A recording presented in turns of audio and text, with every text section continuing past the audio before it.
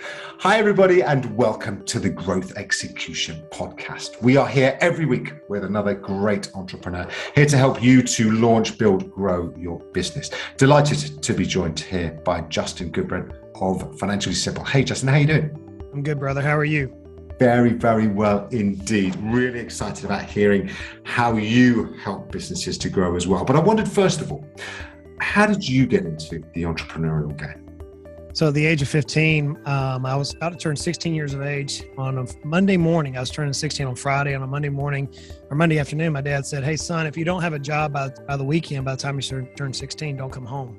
Now, my dad was an old country boy, grew up in the South Georgia, United States. And, he got out of high school. My mom was the one who went to college, but Dad wanted us to learn business. He wanted us to learn how to be business owners. And so through a long journey of the week, long story short, I ended up cutting a neighbor's grass and got paid $40. And my dad came home after a long day, very long day that day, working at the Georgia Port Authority, which is where in the United States, they load ships with corn and grains and various things, move them all around the country, or around the world, that is.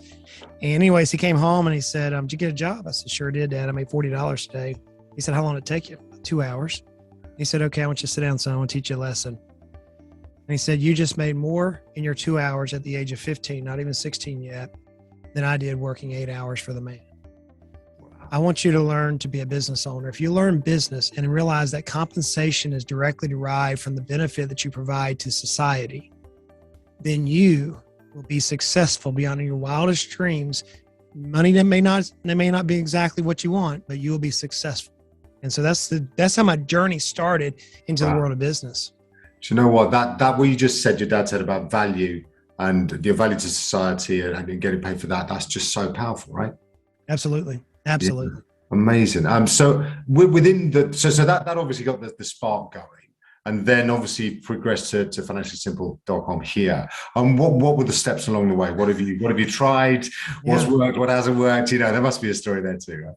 Sure. Yeah. So that day led into where my brother, who's about 4 years younger than me, and I started a grass cutting company that ultimately I ended up bringing a partner in. He got out of the business, and then we ended up selling that company about when I was 21 years of age, highly successful. My wife is from north of us in Georgia. She's from Tennessee, which is about, I guess, 600 miles north of where we were living. So we moved up to Tennessee, and I came in the world of finance, started working with some national firms as a business owner and helping people trying to prepare for retirement, which I got to tell you, buddy, I found out that I really didn't enjoy that. Really? I much rather like dealing with business owners and growing business. Yeah. So I ended up building a company called Heritage Investors, which is a retirement company. They call it a registered investment advisor here in the United States. And we only do business in those states, which we are registered, by the way, for the regulators. But nonetheless, regulators don't stop listening to this. Oh yeah. But I mean, just in case there's anybody out there. Yeah. We have all disclosures on the Financially Simple site. But anyways, I started Heritage Investors, and then I launched Heritage Business Advisors, which is an advisory firm for business owners, teaching them how to grow the value of their company. I often will say now that you can grow, that a business owner can double their net worth every 3 to 5 years if you understand the power of business. Business, I mean, we can do in business what Wall Street cannot do. We can literally take our money and get a 25, 30, 40, 100% greater return on our value if we understand how businesses grow. And so I started a value company that helps business owners realize how to track this equity. That led me into Financially Simple, which is where my baby is. I really love teaching. I love teaching business owners and what I call my peeps and my peers. I love teaching us that, hey, we can recapture that passion that we had when we first got in business. We can figure out, once again, why we're even in business and how the business can lead us to the success that we desire. And so that's what Financially Simple does. That was the journey. Brilliant. That sounds so awesome. And congratulations on getting to this point, and of course, all the things that are coming down the track too. So thinking then, so say I'm listening in, I'm thinking about my business. I've fallen out of love with it a bit because it's so hard. The pandemic and all these kinds of things have happened. How do you help people to recapture that initial burst of energy, enthusiasm, and purpose? Yeah, sure. There's a lot of questions that we go through during our assessment phase, but ultimately we've got to come back to why. Why are we in business today? What did we get out of bed for? Simon Sinek says, let's start with why, understanding your why. But that's true in everything. Why are we in the relationships we're in? Why do we have the kids we have still? We haven't choked them yet, like so many of us want to do sometimes. Why do we have the animals we have as pets? Why did I put on this coat today? Why about everything? Yeah. So if we can understand why we're in business, then we can come down to what do we want to accomplish with the business or through the business or by our business? What is it that we want to accomplish? If we can break that down into actionable steps on here's where we're at today and here's where we want to be, but then we're a little different. I believe that we've got to change the narrative. And here's the narrative. In the United States, at least, there are 5.3 million business owners which employ people in the small business segment. That's businesses that produce less than 10 million a year in sales. There's 5.3 million of my peers out there that have employees. And statistically, only about 4% of them are going to be happy when they exit their business because we are going to exit. We're going to die. We're going to become disabled. Something's going to happen is we are going to leave our business. Sure. The sad thing is that 80% of our net worth is our business. And so we spend 15, 20, 30, 40 years working for our team, helping our team get ahead, helping our clients get ahead, or our customers, or we spend blood, sweat, and tears only to realize now we reach our 50s, 60s, 70s, and we're captured by the business because we have so many people that preach you need to grow sales, which is true. You do need to grow sales, and we need to have systems, and that's true. You should have operational systems, and you have to have KPIs and all these other plates that we spin as business owners, but we forget that the business is nothing more than a wealth generation tool. It's there to generate wealth for us, the business owner, and for our teams, to which we have the honor and privilege to help, or our customers, right? So our path is, and how we decide to help people is business owners, look, we can grow a machine that is valuable. We can grow an entity which someone else was willing to invest in. And so that's the journey, and that's where I'm at today in trying to help people solve their problems. Wow. And one number that really jumped out at me there was this 4% of people are going to be happy, and the rest, so 96% are not going to be where they kind of imagined and dreamt that their business was going to take them. That's huge, isn't it? Well, only about 12% of businesses will actually transact. That means that only 12% of business owners, listen to me, friends, you're a business owner, listen to me. Only 12% of the people who are listening to me will actually sell their business for any monetary value. Wow. Only 4% of business owners are happy with the results. Yeah. So that's the problem. Two-thirds of that 12 are just going to, it's just gone. It's just like the fire sale or desperation, or like you say, illness, whatever it is, they've got to go. Absolutely. Wow. So that's where Financially Simple comes in. My passion is trying to teach business owners we have this problem, and we're so busy putting out fires. We're so busy spinning plates that we don't realize that this marathon, not a sprint, this marathon that we're in of business, unless we take the proper steps, we're never going to reach the end that we fantasize about in our heads every day. Wow. So listen, I have been listening to you. I'm listening to this podcast. And what do I need to do? I'm now sitting there thinking, I don't want to be in that 88%. I want to be in that 12%. And more, I want to be in that 4% that's really happy with it. What do I need to do? Well, I wrote about this in both of my books, Your Baby's Ugly and The Ultimate Sale. We need to dissect our business and almost like the old adage, how do you eat an elephant one bite at a time? We need to do some self-assessments through a very clear lens, a very clear view of our own business. And I believe that you can break the company up into 8 areas. Those 8 areas are planning, leadership, sales and marketing, people, operations, finance, and legal. 8 different areas. And if you dissect the 8 areas, let's go to marketing, for example. What are the strengths of your marketing program right now? What are the weaknesses? What opportunities do you have in your marketing program right now, or what threats do you have? Just ask yourself the old SWOT analysis. Let's keep it simple for today's podcast. If you recognize that you can do a SWOT analysis just on your marketing area of your business, you may say, I don't even know how to answer those questions. Great. Find a good marketing consultant who can help you dissect the strengths, weaknesses, opportunity, threats as it relates to the marketing area of your business, or as it relates to the sales area. That's first and foremost, but you've got to tie whatever process improvements you want to make in your business. You have to tie that to the end game. What does your exit look like? Are you going to sell it? You're going to hand it down to your kids? Are you going to try to give it to your employees?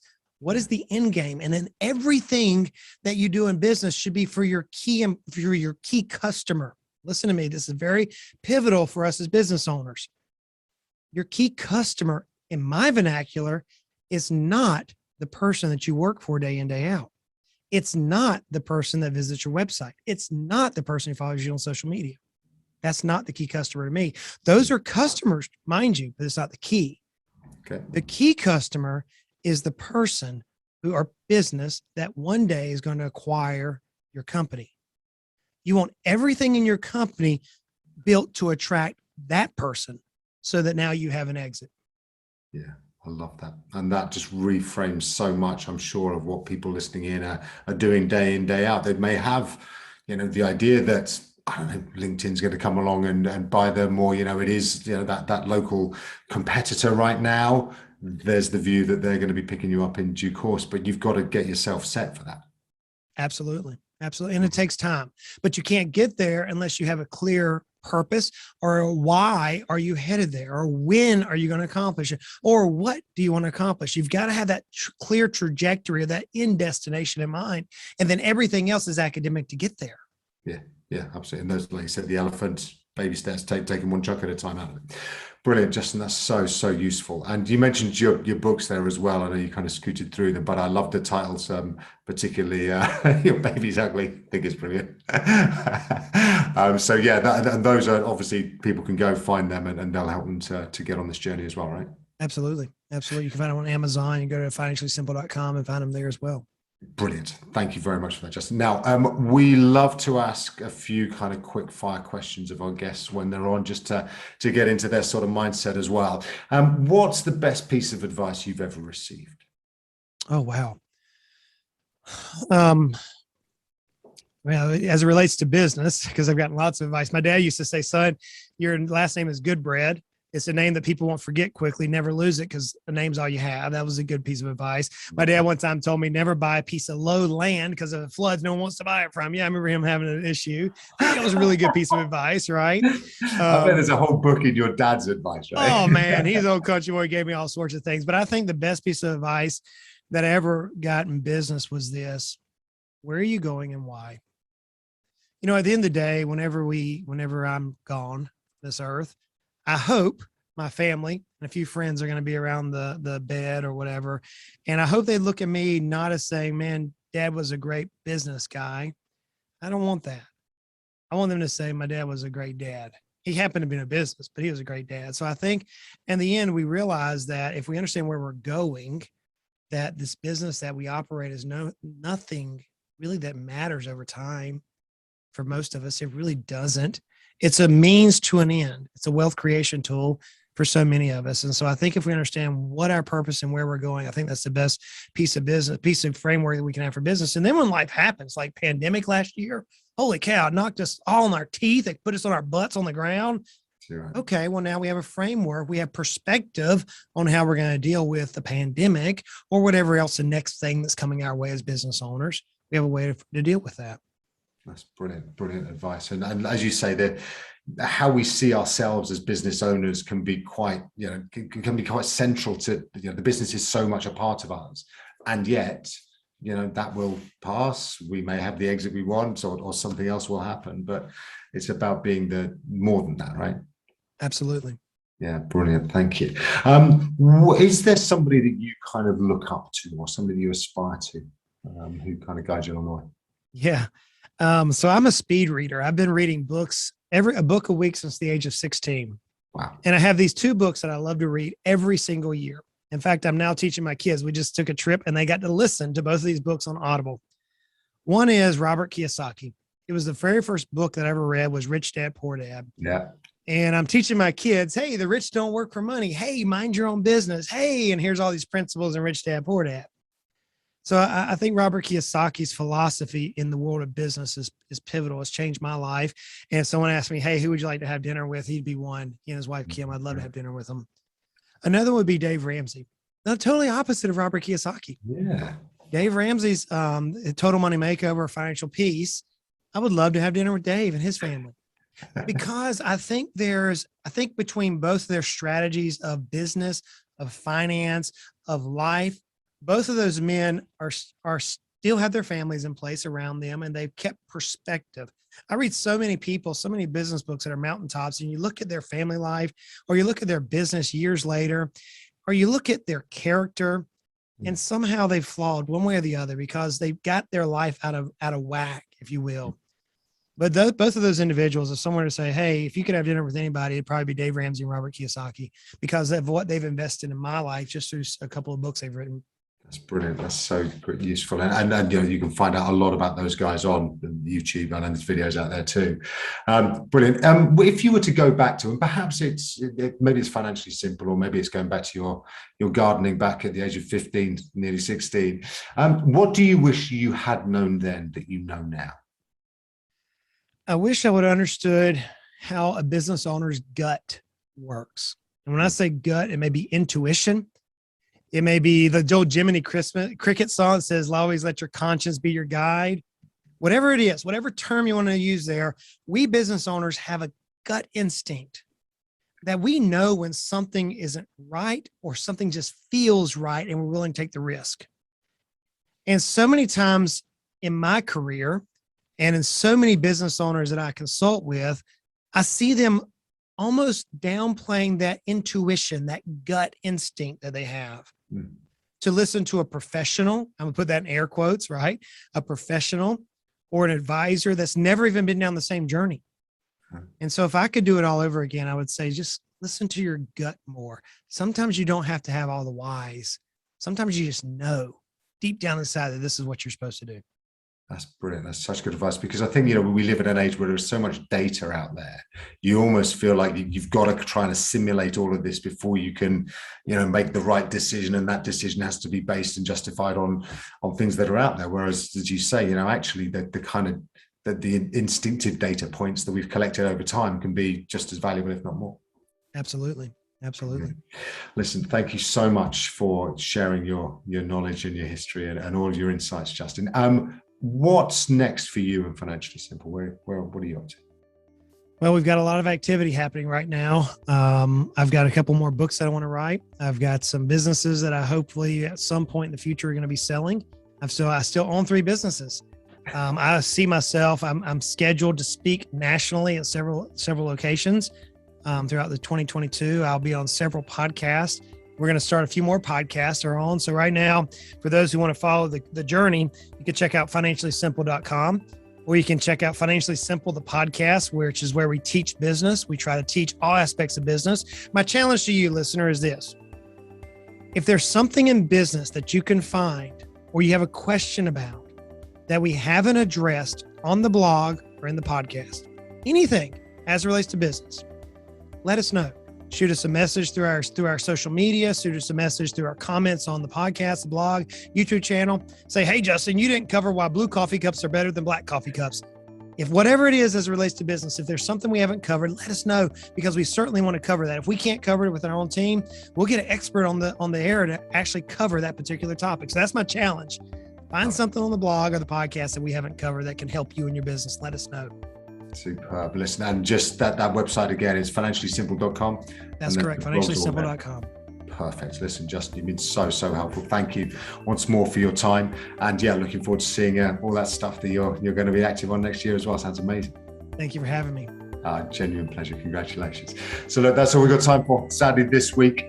Do join us again next week when we'll have another awesome entrepreneur sharing her details about how to launch, build and grow your business. Until then, have a great growth week and we'll catch up soon.